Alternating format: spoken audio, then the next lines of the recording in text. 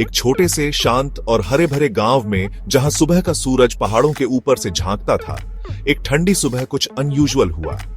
गांव वाले अपने डेली कामों में बिजी थे, तभी एक ब्यूटीफुल सा व्हाइट डव गांव के ऊपर आसमान में उड़ा। उसके पंख शिमर कर रहे थे और आंखें स्पार्कल कर रही थीं।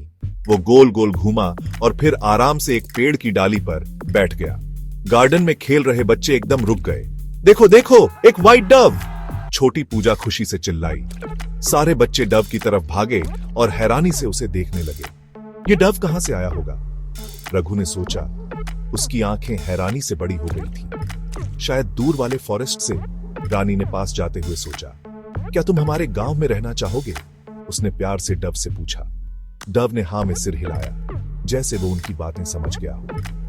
गांव की बड़ी बुजुर्ग दादी अम्मा, जो हमेशा कोई कहानी सुनाने को तैयार रहती थीं, उनके पास आई। उन्होंने कहा, ये डव शायद भगवान का मैसेज लेकर आया है। डव शांति का सिंबल होता है। ये हमारी हैप्पीनेस का साइन है। धीरे धीरे गांव वाले जमा हो गए। डव की सफेदी और उसकी ग्रेसफुल उड़ान को एडमायर कर रहे थे। वो सब इस प्यारे से विजिटर को देखकर बहुत खुश थे। फिर डव ने अपने पंख फड़फड़ाए और गार्डन में एक दूसरे पेड़ की डाली पर उड़ गया। सब उसके पीछे गए और वहां कुछ ब्राइट शाइनी पत्थर देखे। क्या ये पत्थर डव के साथ आए हैं? रघु ने उत्सुकता से पूछा। दादी अम्मा मुस्कुराईं और बोली, ये भगवान का गिफ्ट है, जो हमें याद दिलाता है कि लाइफ में पीस और लव सबसे इंपॉर्टेंट चीजें हैं। गांव वाले बहुत खुश हुए और इस इवेंट ने उन्हें एक नया मैसेज दिया कि पीस और लव से भरी लाइफ ही सबसे ब्यूटीफुल होती है।